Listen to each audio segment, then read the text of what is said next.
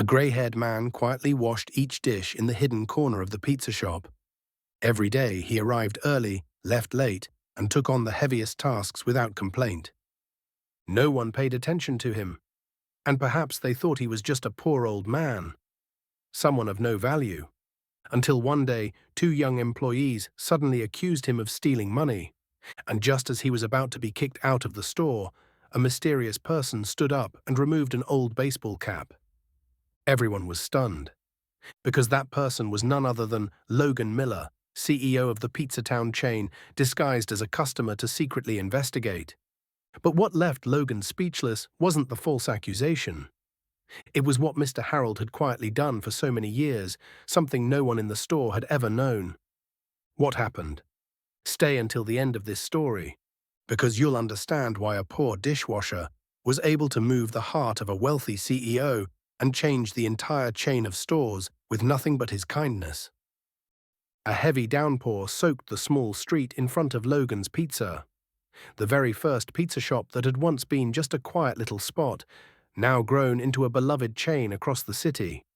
Few people knew that the man in the drenched hoodie and low-pulled baseball cap stepping into the shop was Logan Miller, founder and CEO of the entire chain. Today, he didn't look anything like a CEO. He just seemed like a weary stranger, worn down by life, stopping by for a slice of pizza and a bit of warmth in the cold rain. It had been months since Logan last returned to this place. Life had swept him away with expansion meetings, investment deals, and new store openings, pulling him further from the kitchen and the oven where everything began. But lately, something inside him had felt uneasy. Customer reviews were still good, online ratings remained steady, but employee turnover at the original branch had spiked unexpectedly, and profits were quietly slipping. He knew for sure. Something wasn't right. Logan sat down at the counter, pulling his cap lower. The surroundings were still familiar, light checkered tile floors, the smell of melting cheese mingling with the warm aroma of baked dough. But the atmosphere was different. Something was cold, missing the warmth he had once taken pride in. "Counter or table?" a staff member asked, not even bothering to look up. "Counter's fine," Logan replied, slightly lowering his voice so no one would recognize him. He ordered a slice of pepperoni pizza and a black coffee. As he waited for his food, his eyes quietly scanned the entire shop. The ovens working non-stop, the servers rushing around in a hurry. Then his gaze stopped. An older man, hair white as flour, sun-weathered skin, and sinewy hands, was scrubbing pizza trays coated with sauce. He moved slowly but surely, each motion careful and precise. On his uniform was a name tag, Harold. "How long has he worked here?" Logan quietly asked the cashier who had just brought out his order. Her name tag read Kayla. The girl shrugged. "A long time. He should have retired like 5 years ago. But I guess working for free is good for the store, right?" She chuckled and walked away. Logan turned back to look at Harold, who was now wiping down the soda counter. In less than 10 minutes, he saw 3 different customers walk by and greet the man. Harold always replied with a gentle smile and a light-hearted joke. There was something very different about him, a rare kind of value, that Logan couldn't take his eyes off. Logan took a sip of the bitter coffee, but the bitterness rising in his chest was something far more difficult to name, a quiet ache. He kept watching Harold, who scrubbed each tray as if it were the most important task in the world. A moment later, a young woman walked up to the register with her 2 small children. She opened her wallet and frowned. Logan saw clearly how her eyes fell, just slightly. She whispered something to Kayla, the cashier, as if trying to hide her embarrassment. Kayla immediately called over another colleague, Lucas, also a cashier. The 2 exchanged glances that carried little sympathy. The older child clung to his mother's hand, worry in his eyes. Harold stood from a distance. He paused, watching. And then, without a moment's hesitation, he reached into his back pocket, pulled out an old wallet, and quietly placed a few bills into Kayla's hand. The young mother was so moved she couldn't speak. She thanked him as if she had just received a miracle. Logan barely had time to react before he heard Lucas mutter beside him, "There he goes again. That crazy old man probably wants to go broke saving the world." Kayla chuckled. Word is he sleeps in that beat-up car out back, still pretending to be generous. Logan gripped his coffee cup, now cold, his knuckles tightening. The shift manager, a woman named Rachel, walked past without noticing the conversation. Logan recognized her as someone he had once interviewed himself. Now she no longer had that spark from her early days. Instead, her eyes were tired, indifferent. All that afternoon, Logan continued to quietly observe. Harold didn't stop working for a second. When a young employee dropped a full tray of freshly baked pizza, it was Harold who rushed over, cleaning up and gently reassuring the girl that everyone makes mistakes. When the soda machine got clogged, Harold didn't hesitate to kneel down and fix each tube one by one. Even after his shift ended, he refused to leave. And just like earlier, once again he reached into his pocket, this time for an elderly man who had forgotten his wallet and didn't have enough to pay for his pizza. "Why does he do that?" Logan asked an older customer sitting nearby. "Harold?" The man gave a sad smile.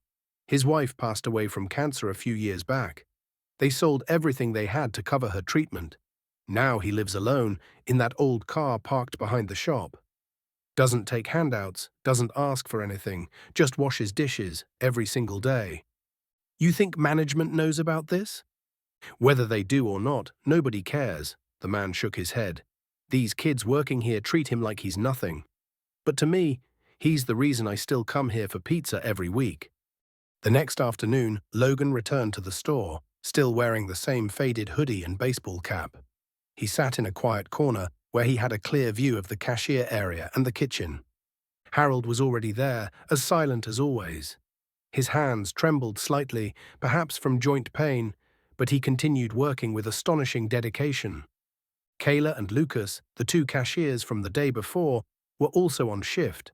Logan noticed them occasionally lean in to whisper something, then burst out laughing. Every time their eyes glanced at Harold, there was a clear glint of contempt. "That old guy's still here?" Lucas said quietly, but loud enough for Logan to hear. 7 years, Kayla curled her lips. "Should have retired ages ago. But anyway, I've got an idea." Lucas squinted. "Tell me." Kayla lowered her voice to a whisper. "You saw the money missing from the register the other day, right? If the cash keeps disappearing only during his shift." Lucas chuckled. "Then what will Rachel think? Old, confused, maybe even greedy. Just let a few customers come up short and pretend he's covering them with his own money." "But no one knows it's us skimming it first," Kayla finished the plan with a wink. Logan sat frozen behind the menu, his heart pounding. He had come here to investigate a drop in revenue, but what he uncovered was a filthy scheme targeting an innocent man. For what? A small referral bonus. A job opening for one of Lucas's connections. This wasn't just a case of a few bad employees. It was a sign that the very chain he'd once proudly built was starting to rot from the inside. At the end of that day, Harold was still the last one cleaning the kitchen, gathering every crumb, scrubbing the floor as if the president were visiting tomorrow. Logan even saw him quietly open his wallet, pull out his last few bills, and tuck them into the spare change help fund drawer, a box Harold had set up himself, unnoticed and uncared for by anyone. And Logan also saw the look Lucas and Kayla threw at him. It wasn't pity, it was calculation. The plan was already in motion. That night, as the employees slowly filed out of the store, Logan remained quietly seated in his car, parked at a corner down the street from the pizza shop. He didn't call out to Harold, didn't say a word. He wanted the truth, not through words, but through the things the old man would never say. Nearly an hour after the store had closed, Logan saw the old Buick sputter out of the parking lot behind the shop. Without turning on his lights, Logan silently followed, keeping just enough distance. The Buick moved slowly, winding through a few dark streets, then turned onto a rocky back road that led to a rundown commercial area. Logan frowned. He'd never driven down this road before. At the end of the lane, the car pulled up beside a faded trailer, its metal roof rusted, its crooked steps looking like they'd collapse at any moment. Logan sat frozen as he watched Harold struggle up the stairs, pushing the jammed door open with his shoulder. A dim yellow light flickered to life inside, revealing a home so small and worn that it physically hurt to look at. Never in his life had Logan imagined one of his own employees. The man he'd seen help customers who couldn't pay, who quietly worked overtime every day, would be living in such conditions. The next morning, Logan returned to the store but didn't go in right away. Instead, he walked across the street to a small grocery store that had a coffee stand. There, Mr. Reynolds, a long-time regular at Logan's Pizza, was sipping his usual espresso. "Mr. Reynolds," Logan began, still keeping up the appearance of a stranger, "I happened to see Mr. Harold yesterday. It looked like he might be going through a hard time." Mr. Reynolds looked up, his weathered eyes tinged with sadness. "You're asking the right person. I've known Harold for nearly 10 years. He sighed and began to speak slowly. He used to live with his wife in a small house in town. Nothing fancy, just simple and quiet. But 5 years ago, she got cancer. Insurance wasn't enough, so Harold sold their house, drained his pension, paid every cent for her treatment, just to have a few more months together. You know, Harold still says those were the most valuable months of his life, even though they were the most painful." Logan's hand tightened around his coffee cup. "After she passed," Reynolds continued, "he moved into that trailer. Just enough to cover the rent. Most of his wages go to paying off hospital debt and sending money to his daughter in California. She doesn't know how hard he has it. He always tells her he's a manager, that he's doing fine, lacking nothing. He's proud, so he hides everything." Mr. Reynolds looked at Logan, his voice heavy with sorrow. "Harold is the kind of man who never complains. He just works, helps people, then quietly returns to that tiny home of his. But inside, he carries more than anyone else in that store." Logan sat motionless. Each word was a cut into the pride he once felt for the pizza chain that bore his name. Logan's Pizza had been built as a place of kindness, of warmth, but he had drifted too far away to see that a man like Harold had been carrying something so immense, right under his nose. And in that moment, Logan understood. This wasn't just about an old employee. This was the moment to act. That morning, Logan had carefully devised a plan to bring the truth to light. He partnered with a local charity organization. They arranged for a real single mother, Jessica, who was genuinely struggling to enter the pizza shop with her young daughter like any ordinary customer. They ordered a simple meal, a slice of pizza for the little girl and a small salad for the mother.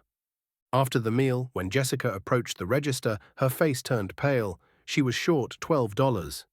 Immediately, as always, Mr. Harold stepped out from the kitchen without hesitation and gently said, "It's all right, I've got it. We're all human after all."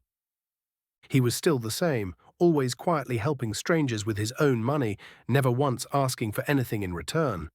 But in that moment of kindness, Brad and Kayla, two despicable co-workers in disguise, swooped in like vultures scenting blood. "Patricia!" Kayla shouted loudly, freezing the entire restaurant. "I just saw Harold sneak money from the drawer. It's him again."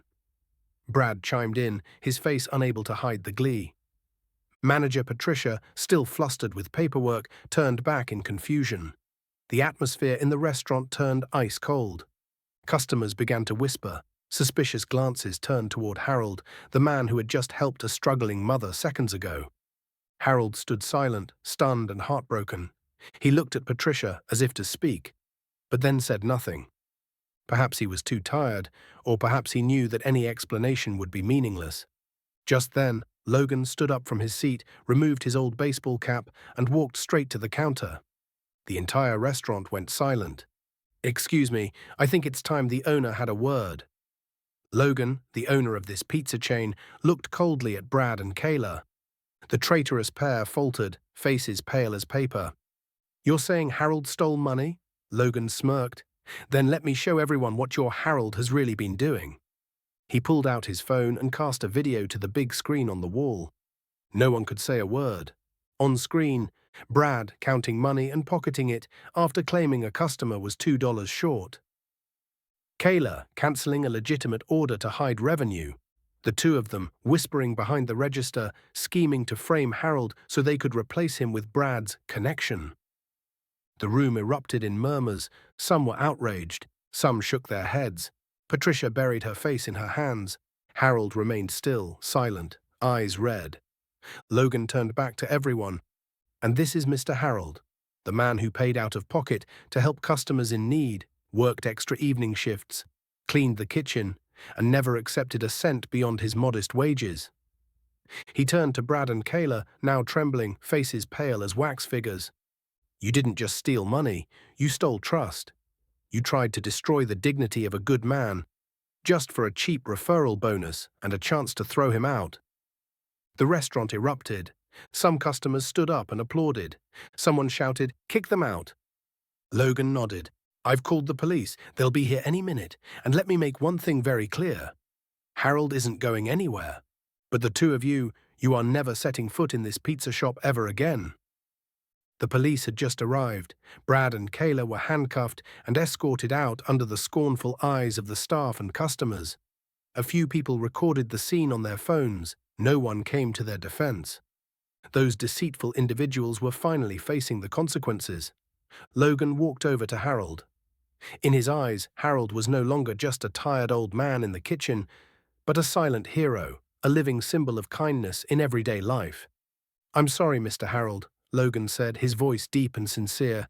"I've spent too long without really seeing this place, the place you've protected with all your heart." Then, in front of the entire restaurant, Logan announced, "Starting today, Mr. Harold Dawson is officially our new shift manager, not because of the title, but because he deserves to be the one who leads the spirit of this place." He pulled an envelope from his pocket and placed it into Harold's hands. "This is the key to a small house just 3 blocks away. No more broken-down trailer, no more cold winter nights. This house is yours, no rent, no debt. And also I've paid off the remaining hospital bills from your wife's treatment. That chapter ends here." Harold trembled. He couldn't find the words. His time-worn face was soaked in tears, but this time not from exhaustion or sorrow, this time because his kindness had finally been seen. Logan turned to the rest of the staff. "And one more thing. Today, I'm announcing a change to the entire Logan's Pizza chain. We're increasing base pay for all employees. Full medical benefits will be implemented, and we're establishing an emergency assistance fund for anyone among us facing hardship. No one will have to carry the burden alone anymore." The restaurant erupted. Some cried, others clapped until their palms turned red. No one had expected an ordinary day to become a historic turning point for Logan's Pizza. Finally, Logan stepped up onto the small platform near the register. He held up a brand-new wooden plaque, encased in glass. "The Harold Dawson Fund. This fund," Logan said, "will be used to help customers and members of our community, anyone who can't afford a slice of pizza, a meal, or who's standing at the edge of despair. We will help them, the way Harold has quietly helped for so many years." Harold stood in the center of the shop, eyes glistening. He was no longer just the silent dishwasher behind the kitchen door. He was the heart, the soul, the living proof of something simple yet profoundly precious: human kindness. Though he now had a home and a new role, Harold asked to continue working at Logan's Pizza. "I don't do it for the money," he smiled at Logan. "I do it because every time someone walks through that door, I know they'll be welcomed with something kind." In the golden sunlight of that afternoon, Logan's Pizza was no longer just a restaurant. It was a symbol of fairness, of compassion, and above all, a reminder that kindness is never meaningless. Maybe in a world full of chaos and indifference, we still need one thing, and that's kindness. Not everyone can do something grand, but sometimes a small act, like sharing a slice of pizza, asking someone how they're doing, or simply showing a little patience, can change someone's entire life. Harold's story isn't just about a dishwasher. It's about the power of kindness and how it can reach even those who thought no one cared. And if you're watching this video, remember, a word of encouragement you leave in the comments, a single share to your friends, a simple tap to follow this channel could be the beginning of a brand new circle of kindness. Because you never know. One day you might be the person who changes someone's entire world with just one simple act.